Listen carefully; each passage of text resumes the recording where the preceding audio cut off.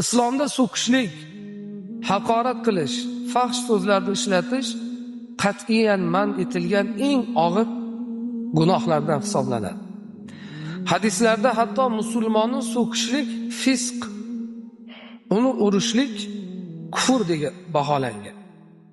Mo'min kishi demak odobli, tilidan yaxshi so'z chiqadigan, boshqalarga ozor bermaydigan kishi bo'lish kerak.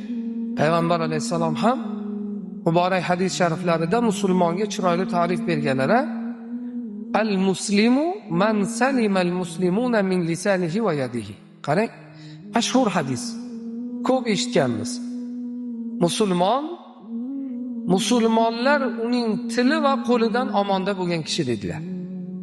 Qarang, musulmonlar uning tili va qo'lidan omonda bo'lgan kishi. Mana haqiqiy musulmon qanday bo'lishi kerak? Biz birovni g'iybat qilib tursak, birovni obro'yini to'kib tursak, birovni haqorat qilsak, birovga nisbatan qo'pol muomalada bo'lsak, endi shu hadisga tushamizmi? Ya'ni o'zimizni musulmonman deya olamizmi?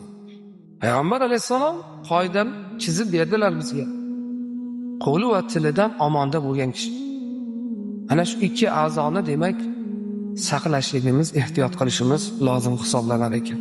Yana bir hadis shariflarida Payg'ambar alayhisalom aytadilar, Imom Termiziyda kelgan hadis. Mu'min kishi dedilar, ta'na qiluvchi, la'natlovchi, fahsh so'zlovchi va behayo bo'lmaydi dedilar. Qarang, demak haqiqiy mu'min kishi hech qachon birovlarni ta'na qiladigan, birovlarni la'natlaydigan, birovlarga fahsh yomon so'zlarni aytadigan va behayo qiliqlarni qiladigan kishi bo'lmaydi dedilar. Demak, bunday kishilar haqiqiy mu'min emas dedilar. Iymoni kamolatga yetmagan ular. Yana bir hadis shariflarida musulmonni haqorat qilish halokat jari yoqasiga kelganligini anglatadi dedilar.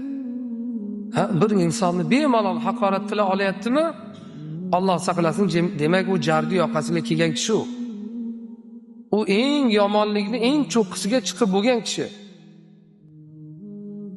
Bemalol haqorat qila olayaptimi? Og'zidan, tilidan shu yomon so'zlar chiqayaptimi?